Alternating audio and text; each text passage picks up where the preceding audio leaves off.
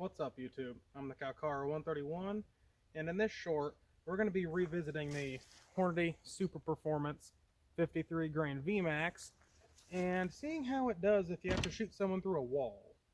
So, I've already tested this loading a while ago. I'll link it up top here.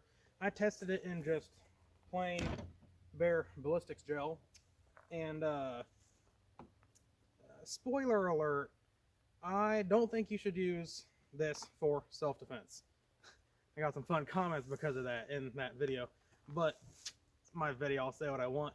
So the main gist of why I don't think you should use this for self-defense, quick recap, spoiler alert if you don't want to go back and watch the video, is because the vast majority of the damage that this does is 5-6 inches in the ballistics gel, and there was one small little like core of the bullet, I guess you could say, that went to 9 inches and just kind of barely popped out of the top. I'll roll in the slow-mo video here. But even that core that got to 9 inches, that was well short of the 12-inch minimum that I'm looking for when I look for a self-defense loading. So one of the questions I posed in that video was, what would happen if you had to shoot someone through a wall? Because, quick recap, I guess you could say, the Vmax bullet that this has, the 53 grain Vmax, is a varmint round.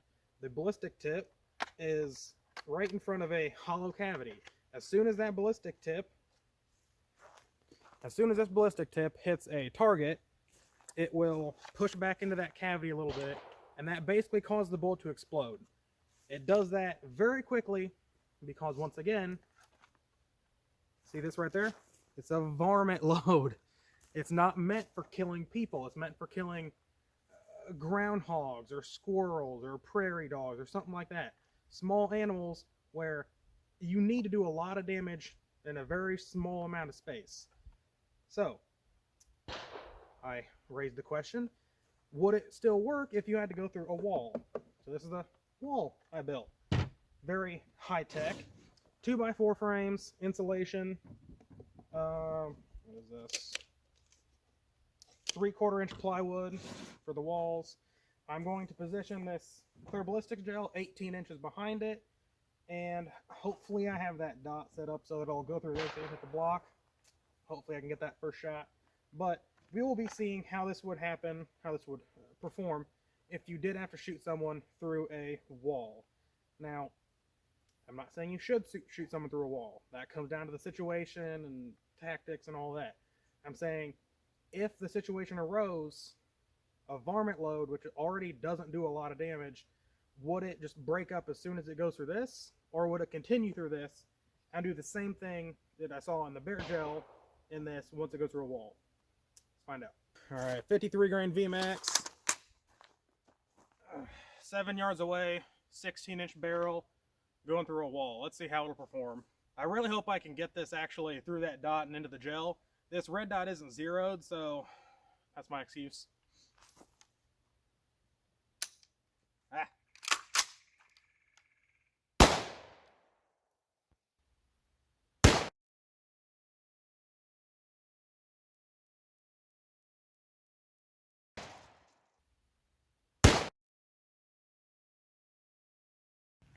Alright, let's see what it did.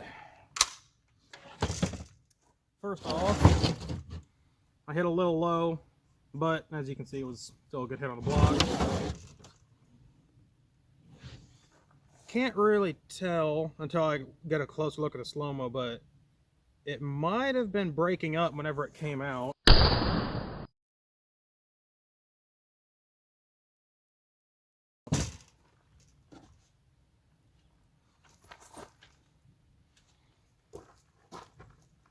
Let's measure it from top. Looks like total penetration 7.5 inches with the main core right here. But that's about it. All of the fragments, actually,